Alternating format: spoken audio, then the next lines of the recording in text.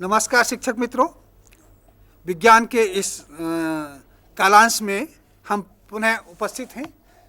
मेरे साथ हैं श्री JV सिंह जी, जो उत्कृष्टता विद्यालय भोपाल के व्याख्याता हैं, और हमारी चर्चा इससे पूर्व क्लास में ये हो रही थी बल, और बल के साथ साथ हमने गति के नियमों पर प्रकाश डाला था उस दिन। आज हम शुरू करने से पहले मैं जरा थोड़ा सा संक्षेप में फिर से बता देता हूं कि गति के कौन कौन से 3 नियम हैं। गति का पहला नियम जड़त्व का नियम कहलाता है, और ये 2 भागों में बटा है।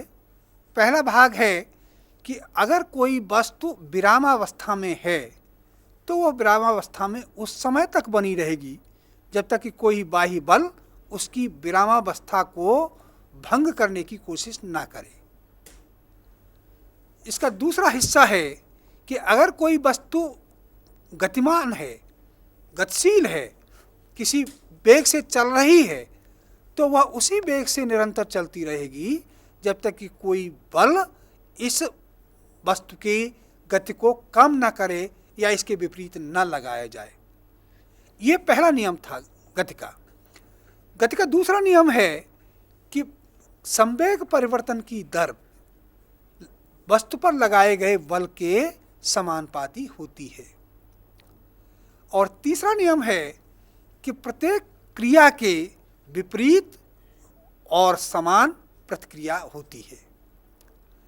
अब सिंह साहब, ये 3 नियम हमने बताए। अब इसमें पहला नियम तो आप काफ़ी व्याख्या कर चुके हैं, उसके उदाहरण भी बता चुके हैं बच्चों को। दूसरे नियम पर आए। हाँ, पहले नियम के बारे में हम लोगों ने कल काफ़ी चर्चा की थी।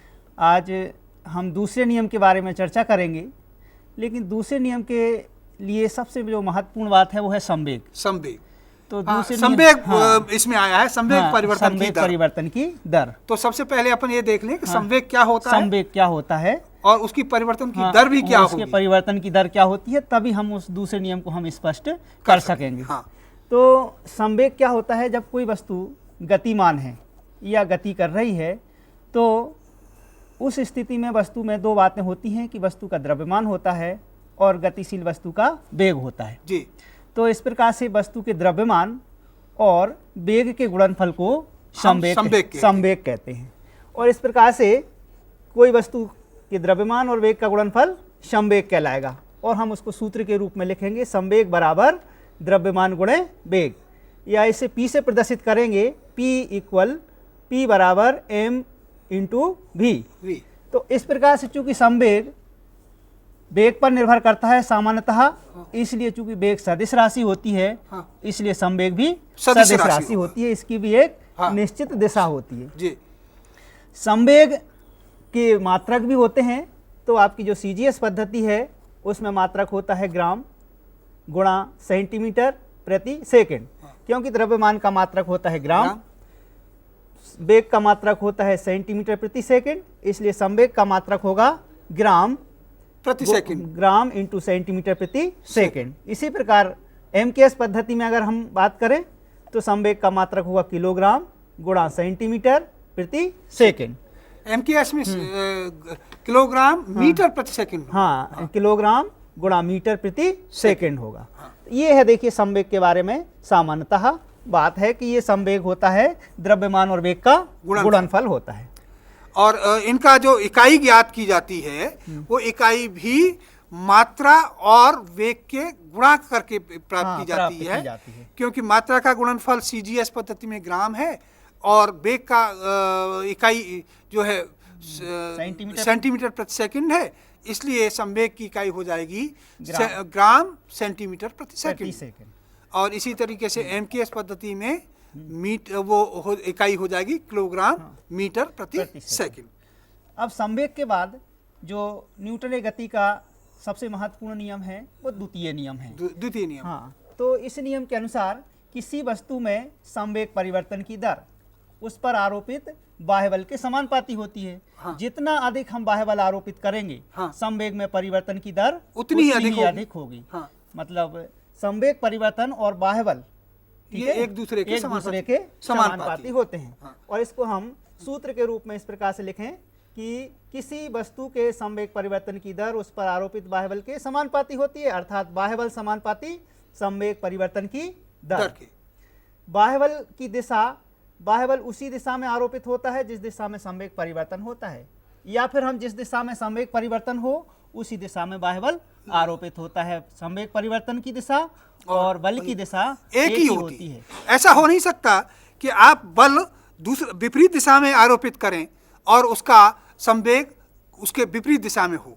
दोनों की दिशा एक ही होगी, दोनों की दिशा बिल्कुल समान होगी। ये न्यूटन की गति का बहुत महत्वपूर्ण नियम है।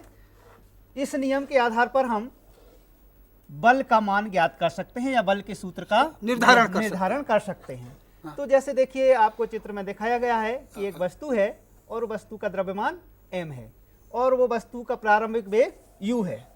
जब उस पर बाह्य बल लगाया जाता है F, तो कुछ समय बाद 30 सेकंड के बाद उसका अंतिम वेग v हो जाता है। यदि उस पर हम बाह्य बल ना लगाएं तो जिस प्रकार से उसका प्रारंभिक वेग u था तो u ही बना रहेगा, लेकिन जैसे ही हमने बाह्य बल लगाया तो उसके वेग में परिवर्तन होगा और 30 सेकंड में वेग बढ़कर अंतिम वेग बढ़कर v हो जाएगा।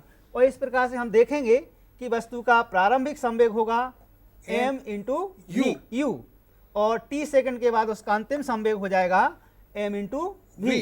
तो 30 सेकंड में जो संवेग का परिवर्तन होगा, मतलब अंतिम संवेग में से हम प्रारंभिक संवेग को घटाएंगे तो m v minus m u हो जाएगा। इसमें से अगर हमने m को कॉमन निकाला तो आ जाएगा m into v minus u। अब संवेग परिवर्तन की दर निकालना है, तो संवेग परिवर्तन की दर निकालने के लिए जो t समय था उस समय से हमें भाग देना पड़ेगा। तो इस प्रकार से संवेग परिवर्तन की जो दर होगी बराबर होगा m v minus u upon t। ये संवेग परिवर्तन की दर है। अब इसमें v माइनस u बटे t आया है। v माइनस u बटे t ये है त्वरण कहलाता है। त्वरण की परिभाषा जो कि हम लोगों ने पिछले बार पढ़ी थी, हाँ। उसमें पढ़ा था कि वेग परिवर्तन की दर त्वरण कहलाती है। तो इस प्रकार से v माइनस u बटे t बराबर हम a आ जाएगा। हाँ, इसको त्वरण के बराबर a लिख सकते हैं। हाँ, त्वरण के बराबर a लिखेंगे। या दूसरे शब्दों में ऐसा कह सकते हैं सिंह साहब, हाँ। कि v का मान हम उस समीकरण से पहले समीकरण से हाँ, या इस प्रकार से u प्लस a t, हाँ, u प्लस a t, इस प्रकार से v बराबर u प्लस a t। इससे भी अगर हम निकालेंगे तो v बराबर u प्लस ए टी होगा। u को हम पक्षांतर करेंगे तो v माइनस u बराबर ए टी आएगा और इस प्रकार से a का मान निकालें तो v माइनस u बटे t आ जाएगा। इस प्रकार से भी हम प्रथम नियम से भी, गति के प्रथम समीकरण से भी हम त्वरण का मान ज्ञात कर सकते हैं। तो इस प्रकार से हमने देखा कि ये v minus u upon T बराबर a है। तो इस प्रकार से संवेग परिवर्तन की जो दर होगी वो बराबर होगी m इंटू a। अब न्यूटन ने जो बताया था कि संवेग परिवर्तन की दर बाह्य बल के समानुपाती होती है, तो बाह्य बल समानुपाती संवेग परिवर्तन की दर अर्थात m समानुपाती m इंटू a।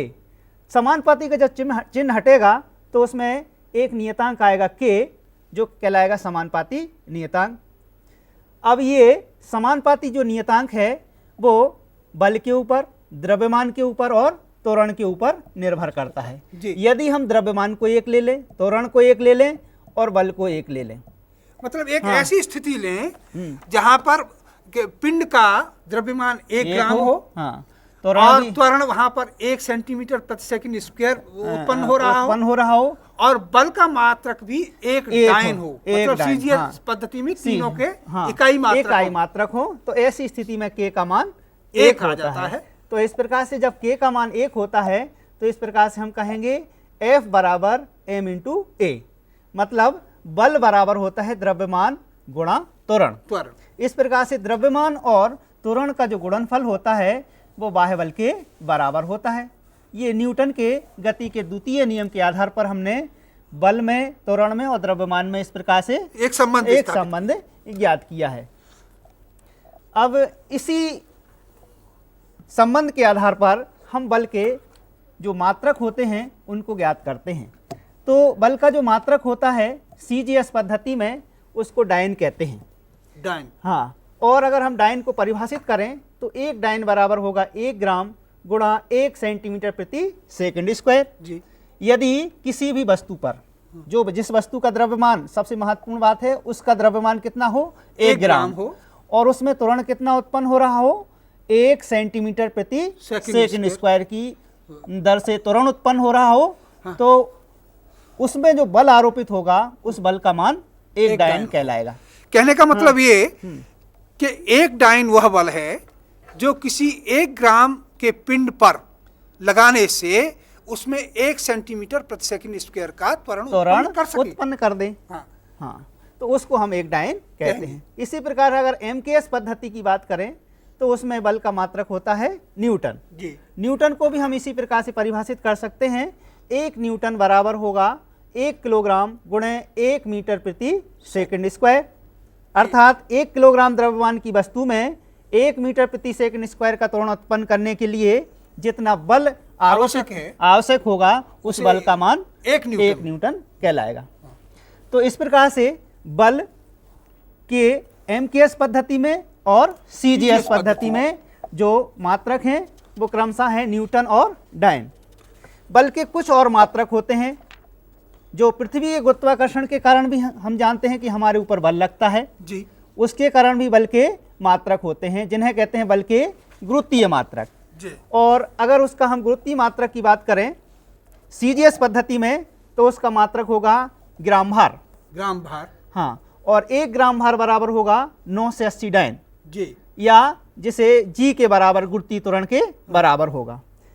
और अगर MKS पद्धति की बात है तो 1 किलोग्राम भार होगा जिसका मान होगा 9.8 न्यूटन जी। तो इस प्रकार से मान इसलिए होते हैं कि उस समय बल लगता है mg। हाँ, और m का मान हो जाता है 1 ग्राम और G का मान 981 या 980। हाँ, तो इस प्रकार से उनका जो गुणा होगा 1 ग्राम भार बराबर होगा 9 से 80 ग्राम भार डायन होगा। और अगर MKS में होगा तो किलोग्राम लेंगे। और किलोग्राम के साथ जब हम गुरुत्वीय त्वरण का मान लेंगे तो वो 9.8 लेंगे, तो 1 किलोग्राम भार होगा 9.8 न्यूटन। तो इस प्रकार से बल के जो कि मात्रक हैं आपके कौन सी CGS पद्धति में और MKS पद्धति में, इन मात्रकों की हमें बहुत आवश्यकता पड़ती है। हाँ, जब संख्यात्मक प्रश्न हल करते हैं तो इनकी हमें आवश्यकता पड़ती है, इसलिए बच्चों को ये मान ध्यान रखने चाहिए, ये परिभाषाएं भी याद रखनी चाहिए। अब जब किसी भी वस्तु पर बल लगता है तो और बल के साथ साथ उसमें समय भी लगता है। अब अगली बात आती है कि बल और समय के कारण एक और भौतिक राशि बनती है जिसे कहते हैं आवेग। तो आवेग क्या होता है कि किसी वस्तु को हमें गति उत्पन्न कराना है या किसी वस्तु में को रोकना है। यदि कोई वस्तु गतिशील है और उसको हम रोकना चाहते हैं तो हमें बल लगाना पड़ेगा और समय भी लगाना पड़ेगा। कोई वस्तु अगर रुकी हुई है उसको हमें चलाना है तो भी बल लगाना पड़ेगा और उसमें समय भी लगाना पड़ेगा। इस प्रकार से बल और समय दोनों का जो गुणनफल होता है उसे आवेग कहते हैं।